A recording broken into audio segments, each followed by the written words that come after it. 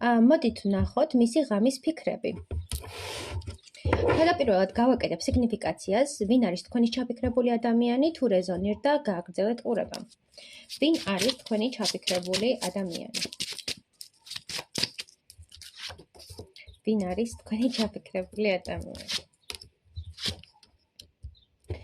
კი ბატონო, თქვენი ჩაფიქრებული ადამიანი არის ძალიან მოსიყვარულე, თბილი, ასევე საინტერესო პიროვნება, რომელსაც შეუძლია უსაზღრო სიყვარული და უსაზღრო ემოცია გაუნაწილოს ადამიანს.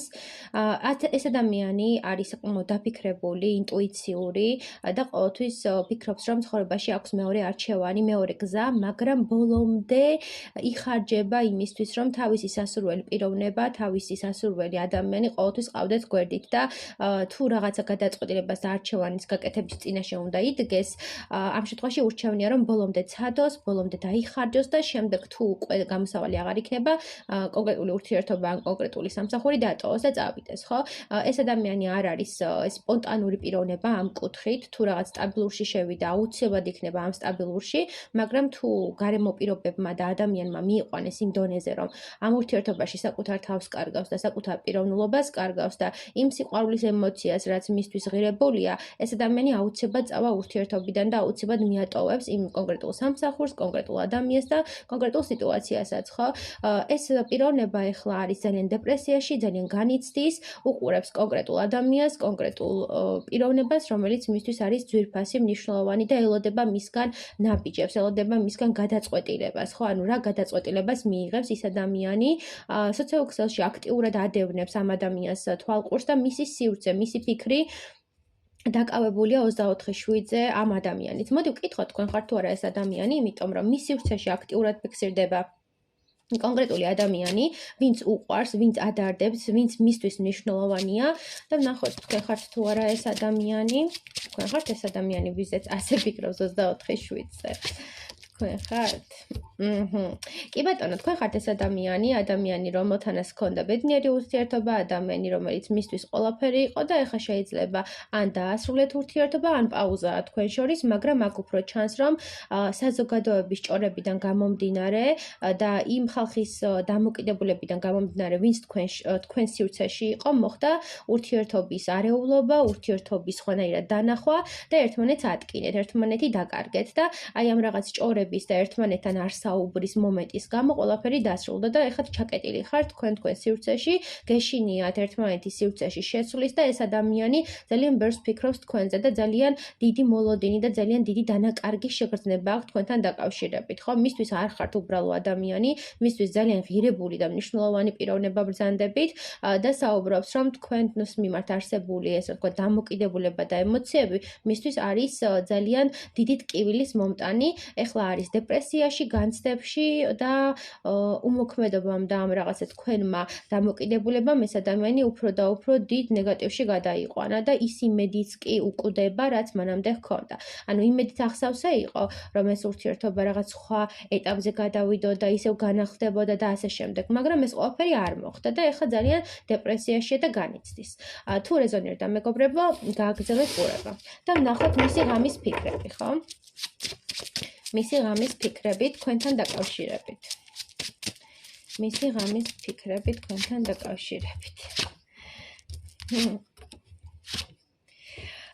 მისი ღამის ფიქრები ის არის, რომ თქვენ არ გინდათ მისი სიყვარული, რომ თქვენ უარყოფთ მას და არ იღებთ ამ სიყვარულს, ფიქრობს, რომ რა აზრი აქვს ლოდინს, რა აზრი აქვს ამდენ ტკივილს, როცა თქვენ არაფერს არ აკეთებთ და როცა თქვენ ისევ ორიან ხვლებში ხართ, ხო, ისევ ვერ აგირჩევიათ ეს ადამიანი, საუბრობს, რომ თქვენ გაქვთ სხვა არჩევანი, სხვა ადამიანით შეიძლება გყავდეთ, არ გამოვრიცხავ ზოგიერთ თქვენგანთან და ეს ადამიანი ძალიან წუხს და ძარდობს იმის შესახებ, რომ იმედები გაუცრუეთ, რომ ატკინეთ, რომ მანაც გაგიცრუათ იმედები და ერთმანეთს ატკინეთ. აქ ორმხრივი გულის ტკივილია და ორმხრივი სინანული იმისა, რომ თქვენი ეს ემოცია, თქვენი ეს სიყვარული სიყვარულის განცდა, რაც უნდა გაზრდილიყო და სხვა მასშტაბებზე გასულიყო, რაღაცნაირად მოიცელა, რაღაცნაირად დაიჭრა, ხო? ორივე თქვენგანის გული დაისერა და დაიჭრა და ეს ადამიანი ღამის ფიქრებში ძალიან დიდ სიყვარულს და ემოციას აფრქვევს თქვენს მიმართ. ბევრ სიზმარს ხედავს,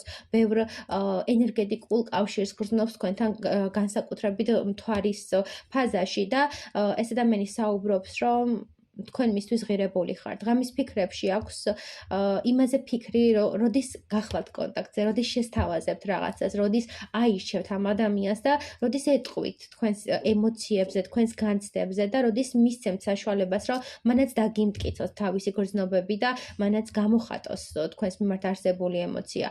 ღამის ფიქრებში სექსუალური ენერგეტიკა ძალიან მაღალია ამ ადამიანის კუთხიდან და ხშირად აქვს ხოლმე სექსუალური ფანტაზიები თქვენთან დაკავშირებით, განსაკუთრებით სხვადასხვა სივრცეში, გარე სივრცეში, ბუნებაში, სხვადასხვა ექსტრემალურ ადგილას და მისთვის ექშენი ხართ, მისთვის თავგადასავალი ხართ და ძალიან იზიდა. თქვენ შორის არსებული ქიმია არის პიკზე და განსაკუთრებით ღამის პერიოდში უნდა რომ ეს ყველაფერი გაქრეს, მაგრამ ვერ ნებდება ამ ვნებას და ამ თქვენთან მიარსებულ ქიმიას და თითქოს ეს ადამიანი რაღაცნაირად იცქორი შეგრძნება მაგ თითქოს ვერ სუნთქავს უთქვენოთ, თითქოს ვერ ცოცხლობს უთქვენოთ და ყელში რო რაღაც მოგებჯინება და რო ვერაფერს ვერ ამბობ და ტირილი რო გინდა და რო ვერ ტირი ხარ, ეგეთი განცდები აქვს ამ ადამიანს და თითქოს საკუთარ თავსაც არ აძლევს უფლებას, რომ ასე განიცადოს, რომ ასე ეტკინოს, მაგრამ მაინც ტკივა.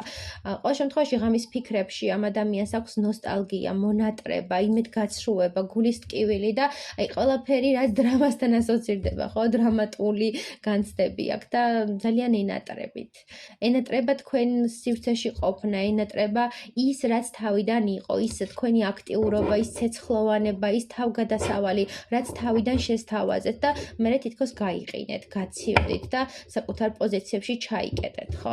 კიდევ რას ფიქრობს ღამის ფიქრებში?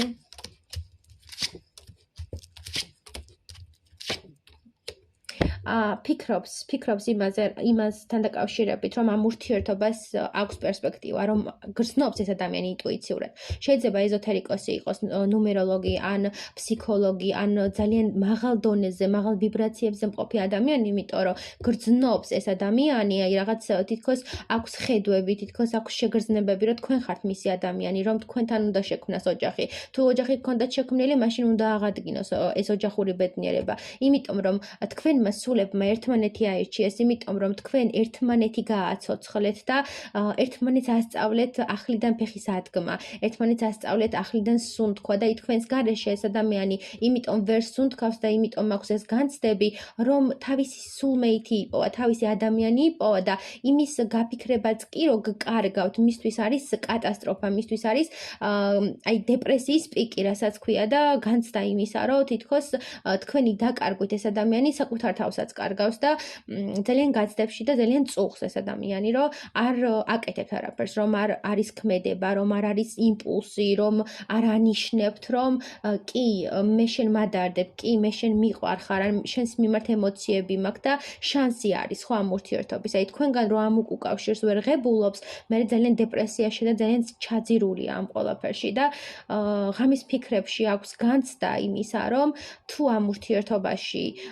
რაღაც არსებობს მაგიური, მისტიური, ღუთიური, მაშინ თქვენ მისი ადამიანი უნდა იყოთ და ოცნებობს, რომ ერთხელ ეს ბედნიერება მიიღოს, ხელში დაიჭიროს, ერთხელ მაინც, ხო?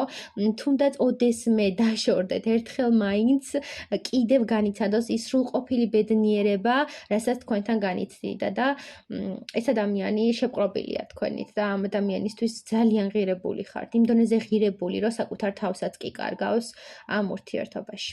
წარმატებები მეგობრებო.